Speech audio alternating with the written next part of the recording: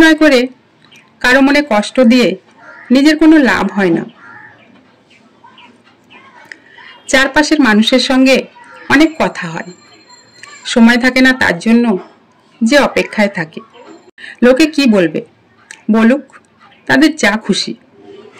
আপনাকে কেউ দায়িত্ব দেয়নি লোকের কথা শোনার জন্য। শীত গ্রীষ্মে যেমন পোশাক বদলাতে হয়, তেমনি পরিস্থিতির সাথে নিজেকে বদলাতে হয়, তবেই স্বস্তি পাওয়া যায়।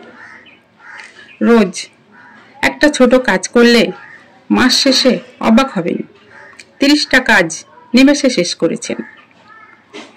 গভীর রাতে মনকে প্রশ্ন করুন, কে আপনার ভালো চায়?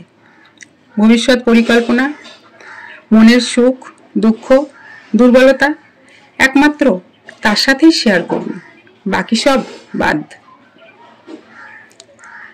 নিজের জীবন নিজেকেই গুছিয়ে সুন্দর করতে হয়, এই দায়িত্ব অন্য কেউ নিতে পারে না। অভিযোগ করে, দোষারোপ করে উপহার পাওয়া যায় না, বরং ক্ষমা করুন। অপছন্দের জিনিস ও মানুষের সঙ্গে দূরত্ব বজায় রাখুন। পরিকল্পনা ছাড়া জীবন দিশাহীন নৌকা। আজই নিজের লক্ষ্য ঠিক করে নিন।